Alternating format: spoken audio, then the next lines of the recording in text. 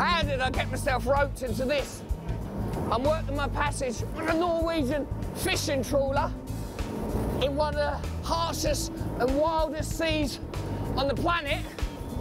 When they drop me off, I'm going to be in the high Arctic on the most northerly inhabited island in the world, Spitsbergen. And apparently, it's only that far from the North Pole. Woo! My journey into the high Arctic starts from the northern Norwegian port of Tromso, well above the Arctic Circle. From Tromso, the fishing trawler takes me 600 miles further north to the extremely remote islands of Spitsbergen, otherwise known as Svalbard, where I'm dropped off at Longyearbyen, the world's northernmost town. And the second part of my journey is going to take me right to the northern tip of the islands, through snow, ice sheets, avoiding icebergs, to try and find one of the fiercest creatures on Earth, the polar bear. My journey north from Longyearbyen in search of polar bears takes me halfway around the islands in the toughest of tough boats. Ooh. Navigating through half-frozen seas, it's specially ice-strengthened to survive the tough voyage through the icy Arctic Ocean.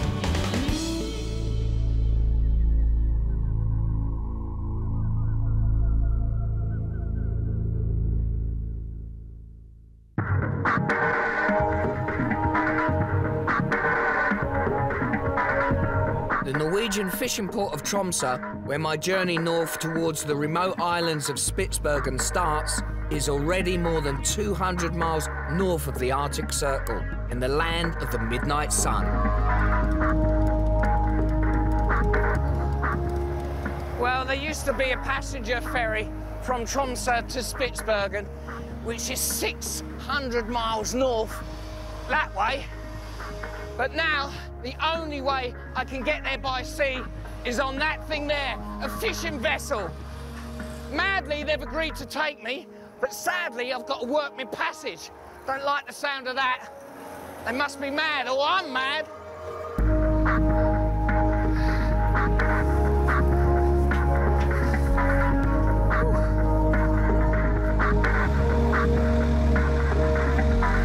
Ahoy there.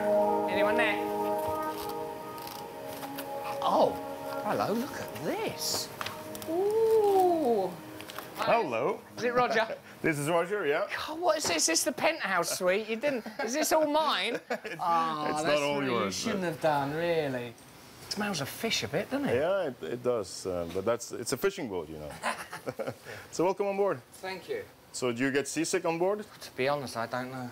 We'll soon find out, though. Is my cabin through there or something? Or... It's upstairs. Okay. I'll show you the way. I'll let you lead the way. Yep. Okay. Feeling a bit queasy already, to be honest. Yep. Whew. Wow, is this all mine? This is all yours. Wow. This is where you're going to sleep. This is fantastic. That's just like a first-class hotel. So, yes. Welcome to the boat. Thank you. What you should do now is get some rest. OK. Go to sleep as soon as possible, because you're going to need it. I don't like the sound of that. Good luck. OK, thanks a lot. Thanks for your help, Roger. Appreciate it.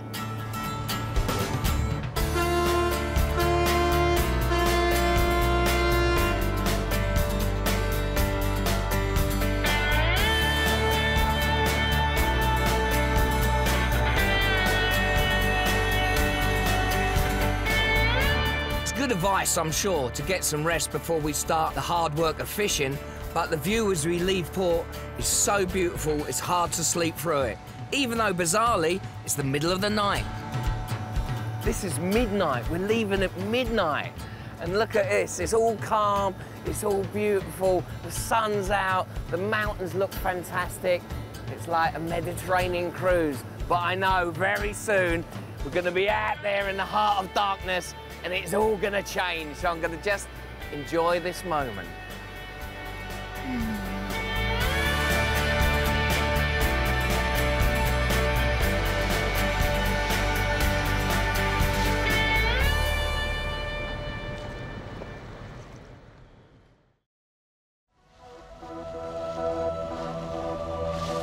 From Tromso, it's around 24 hours voyage north to the rich fishing grounds where we're trawling for cod and haddock, just south of Bear Island and halfway between the Norwegian mainland and Spitsbergen.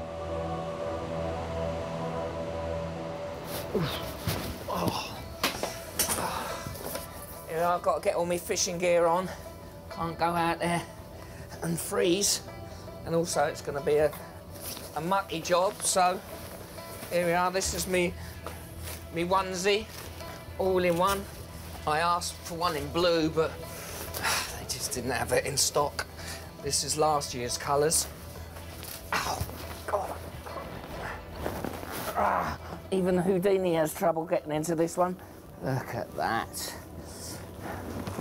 Am I ready for some fishy action or what? Come on.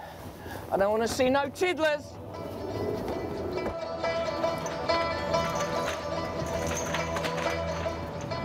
Look at the sea, man. Look at that out there. Oh, that looks wild. Woo. I'm a little bit too close. If I fell in the water with this on, which is like warm, but it's not going to give you much protection against the cold of the sea, I'd last about, they reckon, about 10 minutes in this before I freeze to death, so fingers crossed, yeah? Wow, look at that. 2 nets going out at one time. Oh, here they go. Woo-hoo!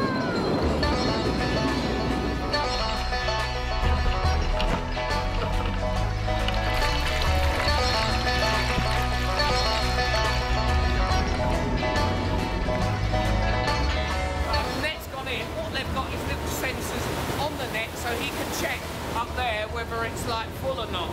If there's loads, then he'll quickly bring it in, or it might take ages. The thing that I've noticed on this trawler is everything moves. It's like if it's static, it doesn't matter. The sea's bashing it about, and then when you're down on this deck, you've got the ropes, you've got the metal coils, there's bits coming at you, shaking. It's like you really got to keep your wits about you and a hard hat on. Oh.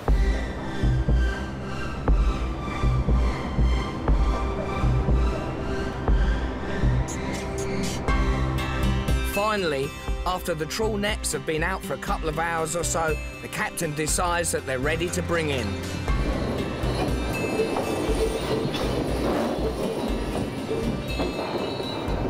Here comes the moment of truth. Look at that, that's one of the nets. That is absolutely crammed with fish. That is a catch. In fact, I can see both nets. They're both absolutely rammed.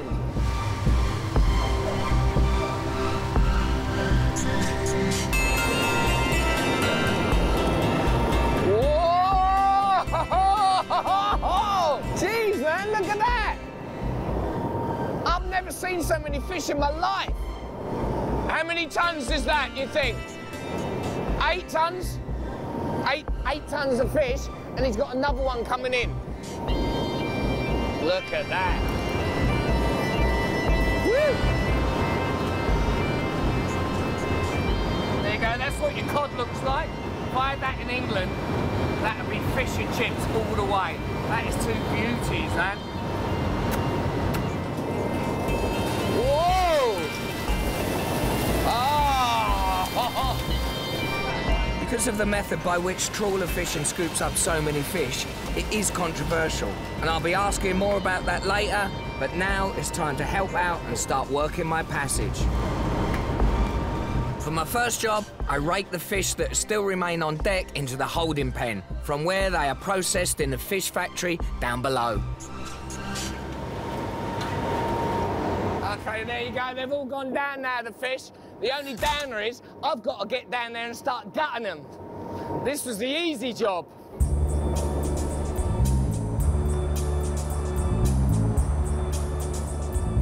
Down in the fish factory, first up, I'm put to work on the machine that cuts off the fish heads. That's an amazing machine, isn't it? I'm shown how to use it by Oscar, the shift foreman. So what do I do? Hold the fish like this, Yeah. and push it so it stops in the fins. Yeah. Okay. And it has to be straight. Okay, let's go.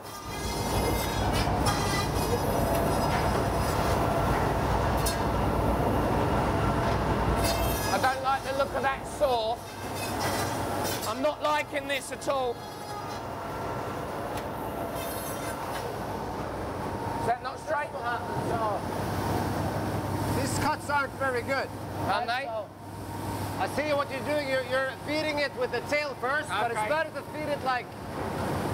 So you got to put it in, chuck it in it, and it's got to be straight, yeah? No? No.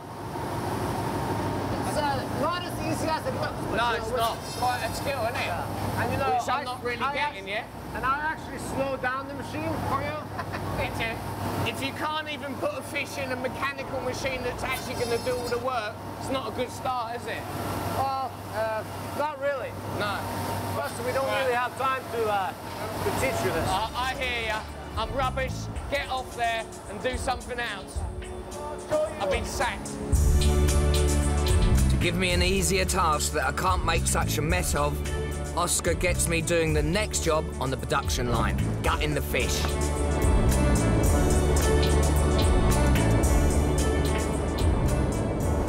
How am I doing? I think you need to work a little faster. This is actually a one-man's job. This is a one-man's job. Yeah. You don't have to have too much skill here. It's more about speed. I think, is this the one that I cut? That looks like one of mine, isn't it?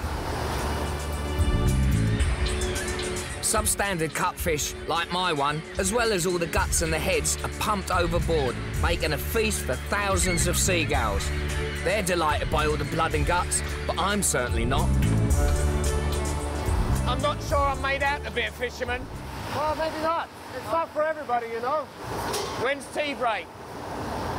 That usually is 3 hours into our shift. 3 hours? I'm getting a bit thirsty. Oh. Shifts on board the trawler are 6 hours on, 6 hours off. 6 hours on, 6 hours off. 24 hours a day, 7 days a week, for weeks on end. It's a really tough job for the 18 crew on board, often in rough seas, but there's no shortage of people wanting to do it. I'll tell you money. It's good money, yeah? I would never do this if it wasn't for the money. Yeah. Not a chance in my life. Right, so you get a basic wage, and then you get a percentage of the catch or something? Yeah. Oh, right, yeah, okay. percentage, Cash. Oh, that's good. So if it's a good catch, yeah, how much would you earn in that year? Last year, I had 202 days out at sea, and I made a little bit more than £100,000. Really, £100,000? That's about $150,000 then a year, isn't it? Yeah, that would be around $150,000 a year. If it's a good year. But there are also bad years where you earn the half of it. Oh, well, only 75,000, you poor thing. Yeah. How do you survive? Yeah. God, that's good.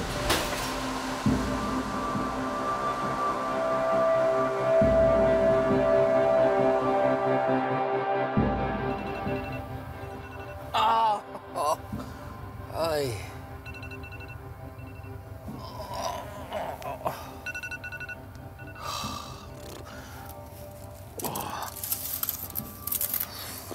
Oh, yeah. Ugh. Wow, it's weird getting used to this, like, shift thing, 6 hours on, 6 hours off. But the hardest thing is the 24-hour light. Every time you wake up, you go to bed, any time of the day. Bright sunshine. Whew. Just open them curtains. Oh, there you go, there's the view. Look at that, lovely waves and sea. Endless waves and sea. Sea and waves. Waves. Waves and sea. Waves and sea.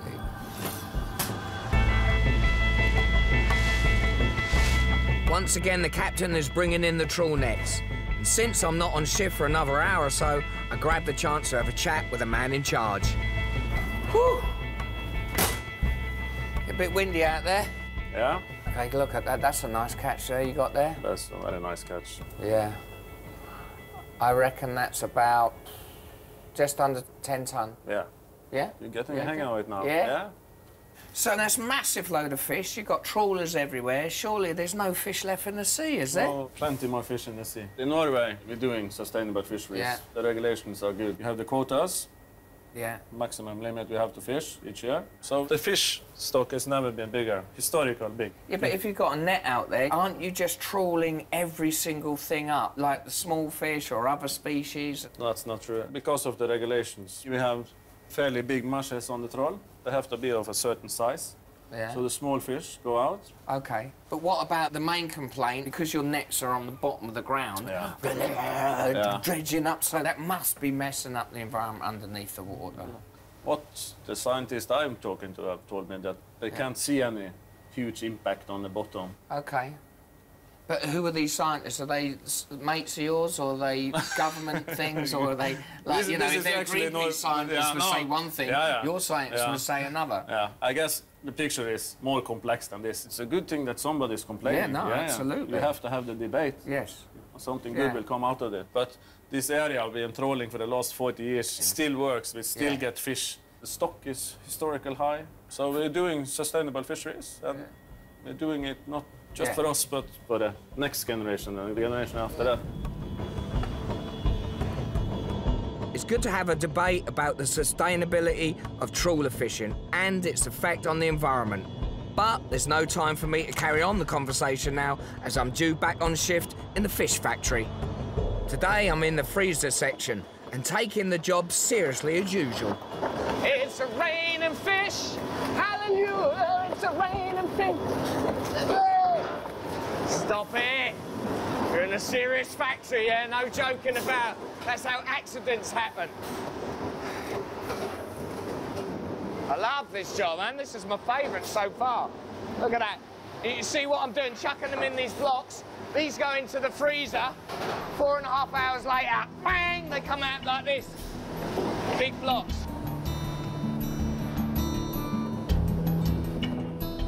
Wow, now you really understand the other side of the fish factory. From the catch, which you drag it all in, it comes down gut, to these blocks here. It's incredible, what a process, and woo, no messing about, bang. Now it's time for me to try my hand at the very last job on the production line, stacking the packaged fish into the trawler's deep freeze. Oscar, am I down in the freezer now? Yes, please. OK. The freezer hold is kept around -30°C, so you can't stay down here long, otherwise you'll get frozen solid yourself. I'll tell you what, I can feel the cold, I can feel the hairs of my nostrils freezing up.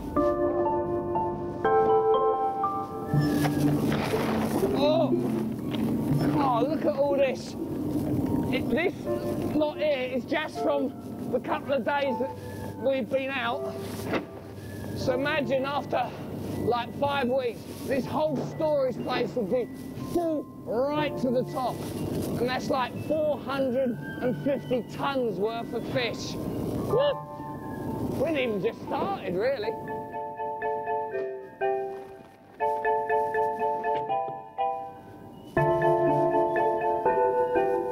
Oh, last one. Woo! Up there. Give us a lift, mate.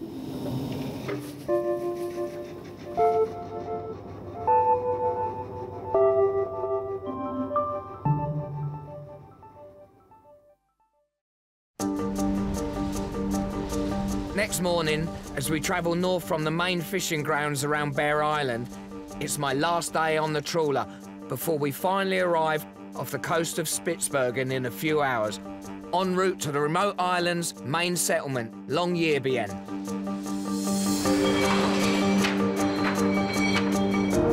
I've already tried most of the jobs on board now, so I've asked the captain if there's anything else that he can find me to do that's a bit different.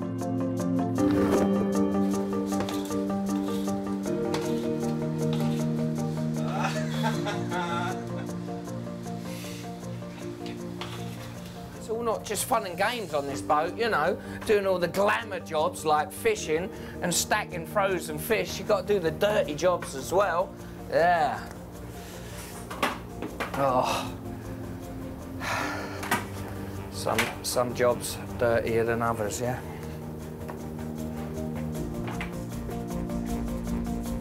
Oh, that is disgusting. I'm going to put this back in the captain's bathroom. Oh, dear me. That is minging. In truth, it's been a fantastic trip, and the captain and crew have been really good to me.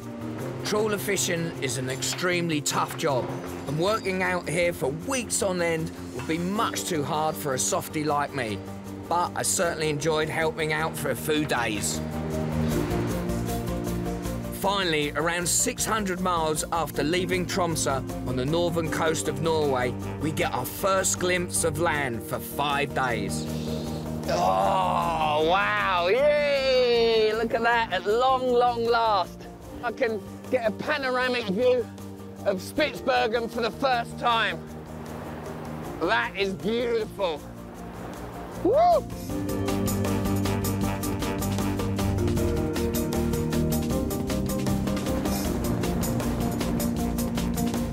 Woohoo! Yay! I finally made it. There it is, the most northerly town on the entire planet. Norwegian. Oh, yeah, how cool is that, man? Oh, can't believe I'm here.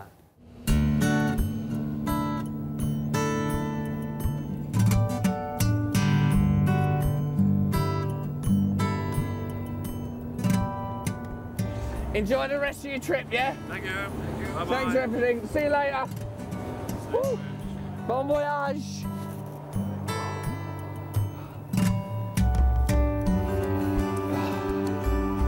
Founded just over 100 years ago, Norwegian takes its name from an American miner, John Longyear, who based his Arctic coal company here. These days, the coal is mostly run out, so the town and Spitsbergen in general now survives on Arctic tourism. In particular, it's one of the best places in the world to see polar bears. As they generally live out on the ice, the best way to see them is by boat, which is what I'll be heading out to do in a couple of hours' time.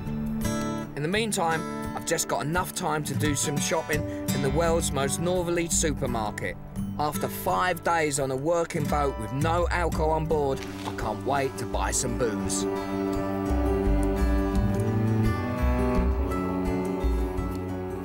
That was a bit strange. They wouldn't serve me because apparently if you live here, you have to have a ration card to get alcohol. And everyone here is allowed 24 bottles of booze a month, and that's it. They wouldn't serve me. It's like a hangover from the mining times when they were like, way. But the mad thing is, you just go over the road, go to the pub, drink as much as you want. Hey, line them up. Home sweet home. Oh, God, look at that. Am I drooling? Excuse me.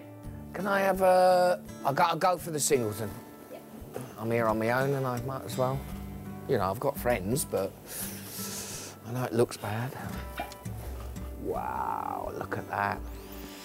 My first drop for a few days. Oh, cheers. Oh, yes. Oh. What? Yes, I love you too.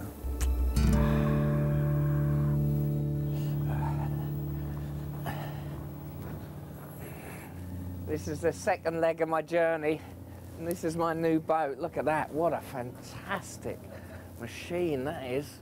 Hello there. Permission to come on board. Thank you, sir. My name is Axel. Hi, Axel. Ian. Your expedition leader. Hi, Great. Ian. Nice to have you on board. Yeah, nice to be aboard. This is a beauty, isn't it? Welcome on board. Where's we come through here? Over here. Okay. And then to the left. Lovely.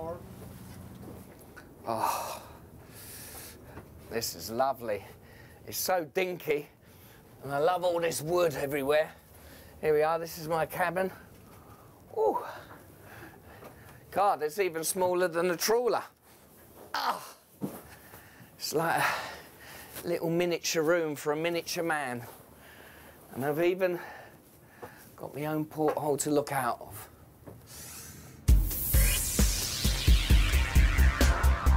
Wow, I tell you, this is exciting. It's the start of a completely new journey.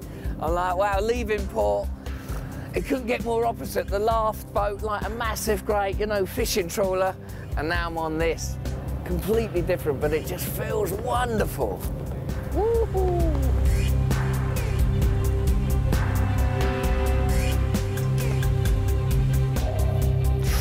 Oh, yes. This is what it's all about.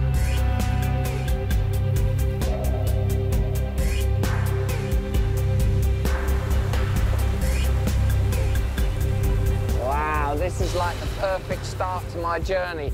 It's so calm out there, it's like a sheet of glass, and when the birds go past, it's like a mirror. You see the reflections. It's like, whoa, just really, whoo, calming and tranquil. Beautiful.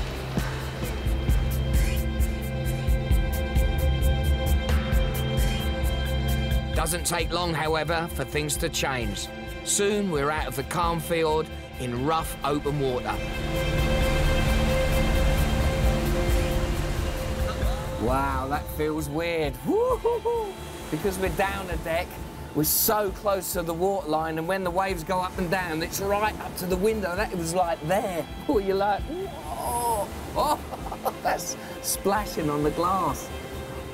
Oh, that's a bit spooky, that is. It's like being in a submarine. Whoa, that is brilliant. Under the midnight sun, we travel north through the night, from Longyearbyen, around 100 miles north, up the coast of Spitsbergen to the small settlement of Ny-Ålesund.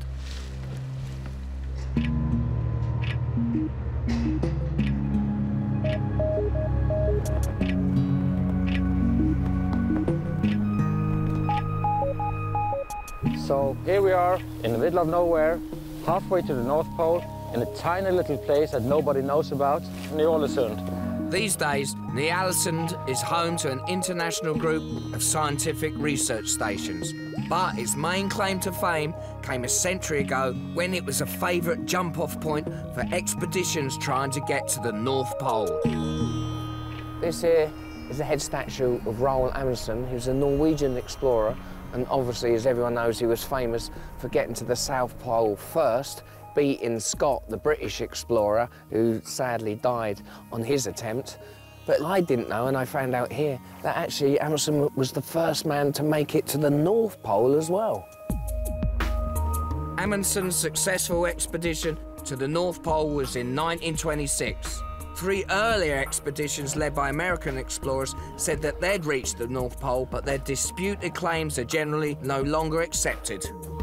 And this here is the actual point where Amundsen left to go to the North Pole, but he didn't like go on a dog sled, he didn't like walk across the ice. Incredibly, he went on a massive airship, you know, like one of them huge Zeppelins the Germans had. And that pole there was where it was tied up to. It's mad. Filled with highly flammable and dangerous hydrogen gas, Amundsen's huge 350-foot-long airship set off from Ny-Ålesund with 16 people on board on May the 11th, 1926. With a top speed of 70 miles an hour, it took only half a day to make the historic journey to the North Pole, 750 miles north from Ny-Ålesund. It's a very short walk across the tundra to the mast where the airship was moored, but even so, we must take precautions. Because of the danger of polar bears, it's a strict law in Spitsbergen that unless you're on the road in town, you've got to be with a trained guide at all times, armed with a gun. In case we have a polar bear encounter, what are we to do? We go together as one big group. This is not close enough. Go together like this. So the general rule is never enter the tundra unless you have someone with you who runs slower than you do yourself, because that gives you a fair chance of escaping. Now, jokes aside, stay together, stay quiet, and listen to your guides. Okay? Off we go. It's amazing how invisible polar bears can make themselves. Suddenly the head pops up and the bear was just lying in a depression. and you couldn't see him. So the thing that you do then is to retreat. You don't want to stand on the same ground as the bear because it's faster than you. Is it true, and I heard this, that the polar bear, because it's got a black nose, so it puts a little bit of snow on its nose to creep up? No, they don't do that. Don't tell me that. No, sorry. Why would you crush my dream? Oh. Amundsen's polar dreams, of course, came true, starting from this very spot. But it was also here in the Arctic where he met his death in 1928, when fellow explorer Umberto Nobile crashed another airship on the way back from the North Pole here to Ny-Ålesund. What happened to Amundsen? He took off to find Nobile. His airplane crashed somewhere off the coast of Norway, close to Bear Island. Yeah. They hardly found anything from the airplane. They found a fuel tank and a few bits and pieces. They never found Amundsen, and we don't know what happened. Wow. That's all we know. Amundsen disappeared, and that was in 1928.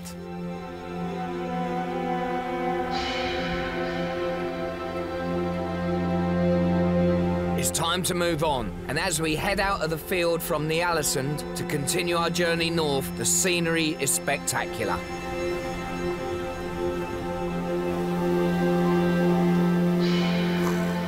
I'll tell you what, this is the land of the glacier.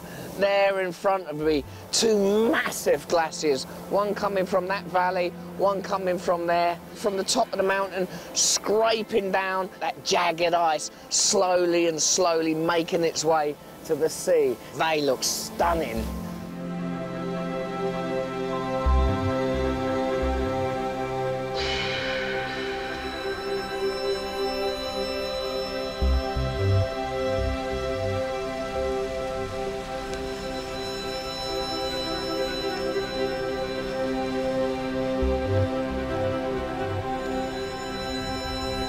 After an overnight journey from Ny-Ålesund all the way up the coast of Spitsbergen, we finally arrive at the small and very remote island of Danskoya. It was here from Danskoya in the late 19th century that an insanely brave team of 3 explorers tried to be the first to reach the North Pole, 30 years before Amundsen's airship expedition succeeded. See, you would have thought, like, leaving Svalbard on an airship is bonkers enough, but no, there's always a few people that have to go a step further than that, yeah? And in 1897, a group of Swedes left that island there in a hot air balloon, hoping that the wind would just take them over to the North Pole. Needless to say, ended in disaster. To learn more about what happened, I head ashore with Axel. Oh, this island's just littered with ruins, isn't it? It is. Wow, what's that bit there? Is that the swimming pool?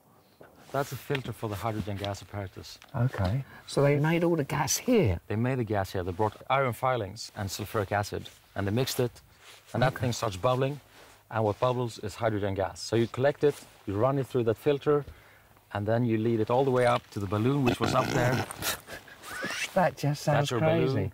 And then you just cut the lines and take off to the North Pole. Wow, it's crazy. They were crazy. And then where did the actual balloon take off from then? The balloon was up there. Oh, right. Let's go and have a look. Yeah. So we're right now in the middle of the balloon house. This is where the balloon was. So the monument was built in 1958 in memory of the expedition. Right, but it was this point where the whole balloon took off and went that direction? It went over there, straight in that direction. That's north, I hope. That's north. But that's crazy. So the whole thing relies on the gust of wind taking them north? More or less. He could steer the balloon somewhat, but only to a limited extent. So how far did they get? They stayed in the air for 2 or 3 days, and then they crashed on the ice. Why did they crash then? Ice was forming on the balloon, weighing it down so that it couldn't stay in the air. They must have thought about that. They must have thought, hey, it's going to all freeze up, isn't it? Yes, they did. Yeah. And he had this fantastic invention. He had a sheet of silk on top of the balloon. OK, yeah. So when that was all covered by frost, he tore it down and freed the balloon of all the frost. Yeah, but the next day it's just going to freeze up again, That's isn't it? right. That works once. I shouldn't laugh. I apologise. What a tragedy, you know.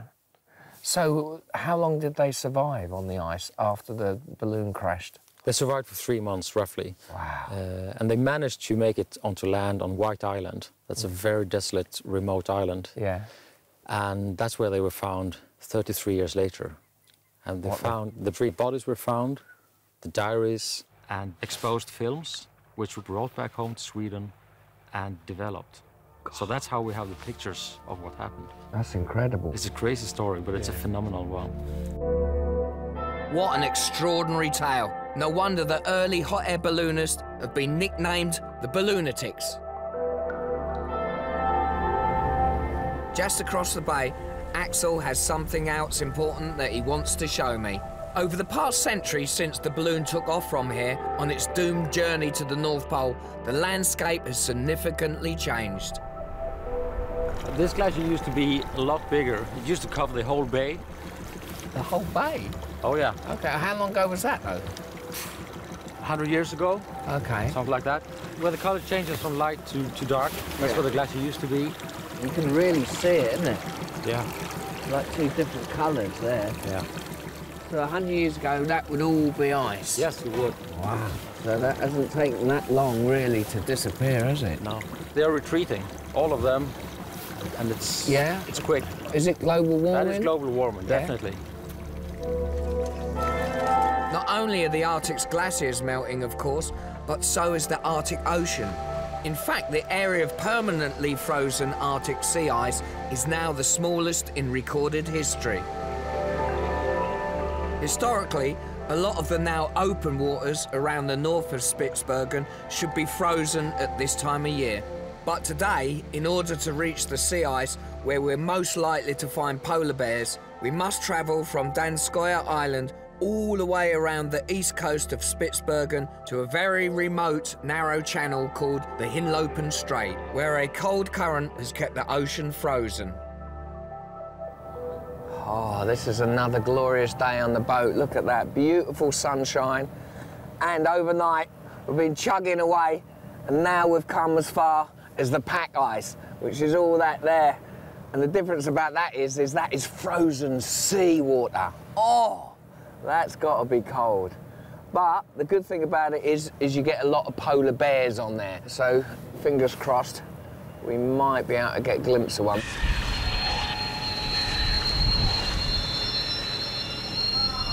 Wow. That's weird, like coming into the ice, of course it's moving the same as the ocean. So it's like the ice is alive, it's like throbbing. Woo, woo. Wow.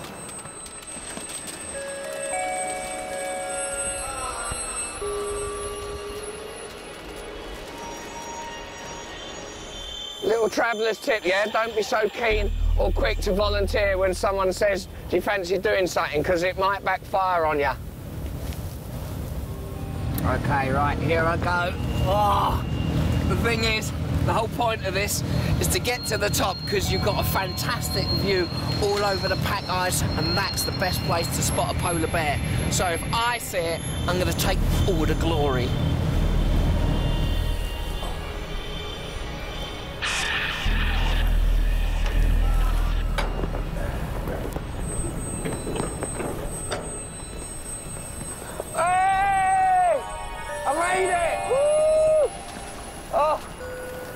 This is great. What a view from up here. Woo! Have you spotted anything from up there? I've got my binoculars. You couldn't bring them up. I forgot them.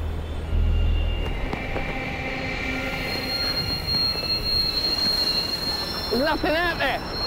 Not that I can see. We don't have any luck spotting polar bears from a distance, so the captain decides to take the ship even further into the ice, as far as it will go.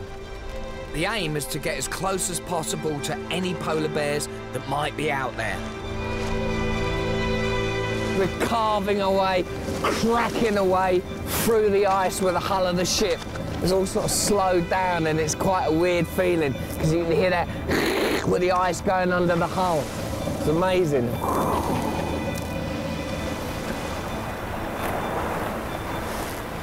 Whoa, look at that. All that ice getting crushed by the boat. Woo.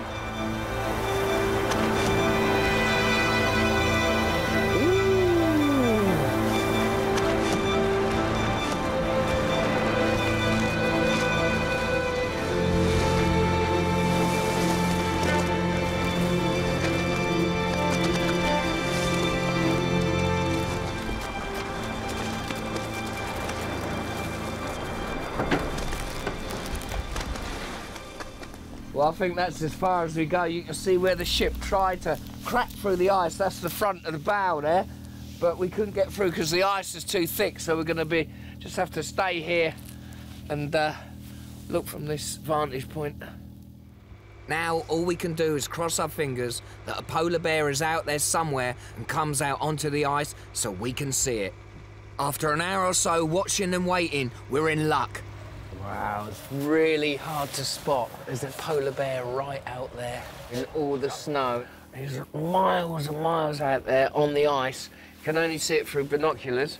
And it's sort of moving quite fast. You lose it because of the bad weather, and then but it's just like a blip. You have to like have super hawk eyes, and you've got to like track it. See, I've lost it now. Talking to you. That's your fault. Thanks, you made me lose it. There's no time to climb the crow's nest before the polar bear vanishes. But to get a slightly better view, I head up to the wheelhouse and look out for it with guide Kirsten Lannenberger. Luckily, we soon catch sight of the polar bear again. What a beauty. Nice, healthy female. She's been out hunting on the ice, and remarkably, we get to see her catch a small seal pup. The seals usually give birth to the cubs in little caves underneath the ice. OK, and that's their main food, is it, seals? Seals, yes. They totally depend on seals. So with the ice receding then, there's not going to be much seals around for the polar bears, is there?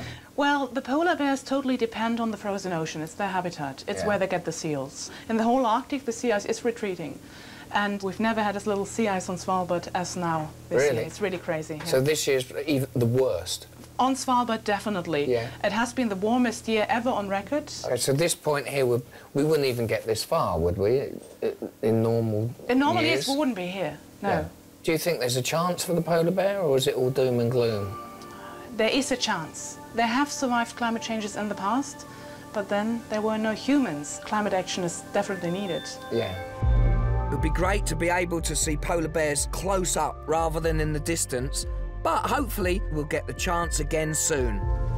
With the route ahead now blocked by sea ice, the ship is turning around to head back around the northern tip of the islands. With the sea ice already melted up there, apparently there's a good chance we might find some polar bears marooned on land.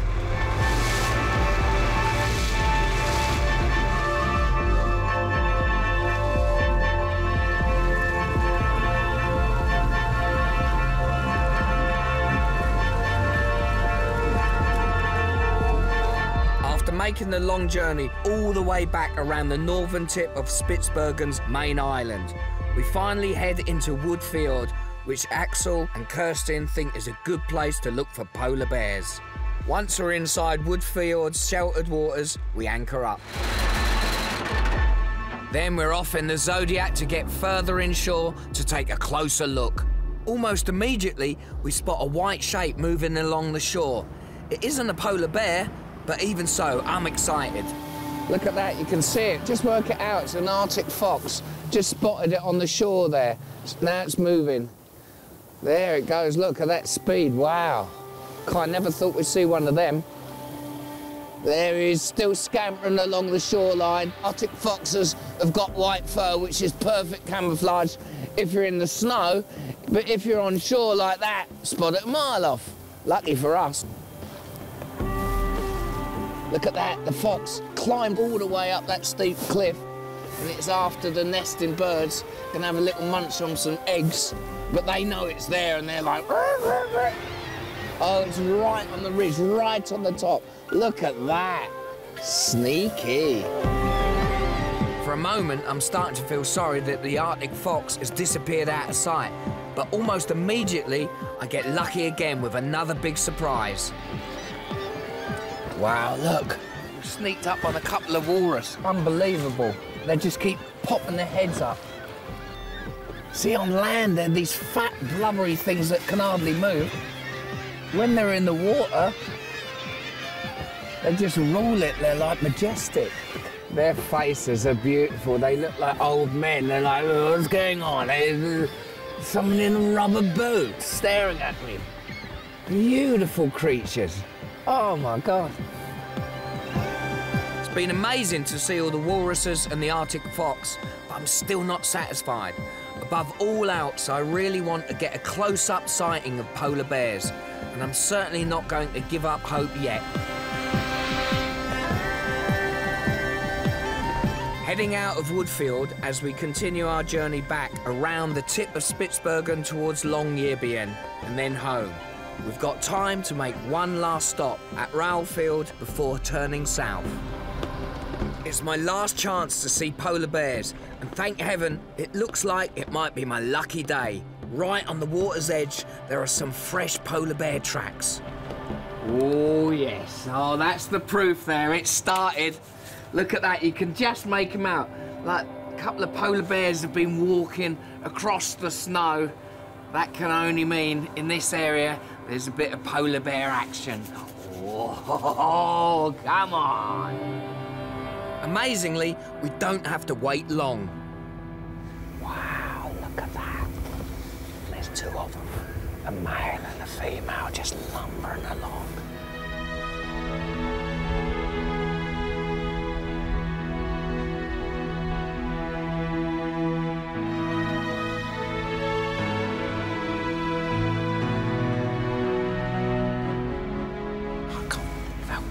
There, I even has to whisper, because it might scare them off with that close. When you first see a creature that big on this earth, you're like, whoa, in awe. It's just a phenomenal feeling. It's almost like a spiritual moment. Unbelievable. It's fantastic.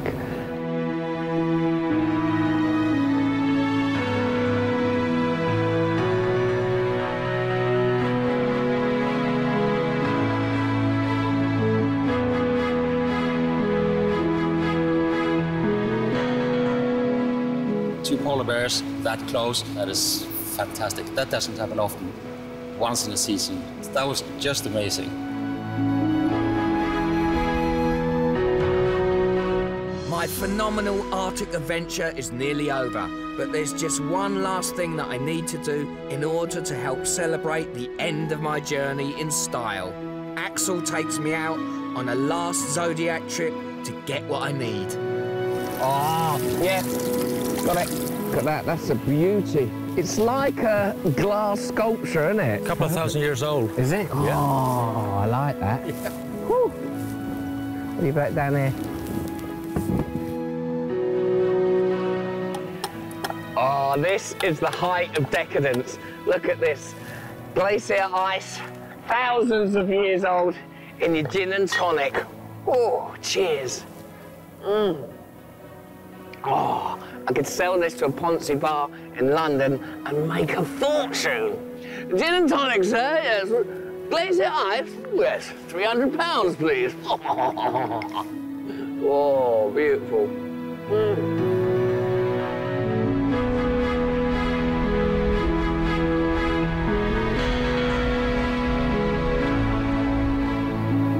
Geez, how special is this landscape? You come out of your cabin, you walk on the deck, everywhere you look is just absolutely stunning. It's like a most beautiful picture that you've ever seen. Whether it's on this boat or whether it's on the trawler, the whole trip has just been off the scale. It's so special. I absolutely love it. Oh, and also, you know, 10,000-year-old ice in your gin and tonic. Does life get better than that? No. Oh, cheers, everyone. Woohoo!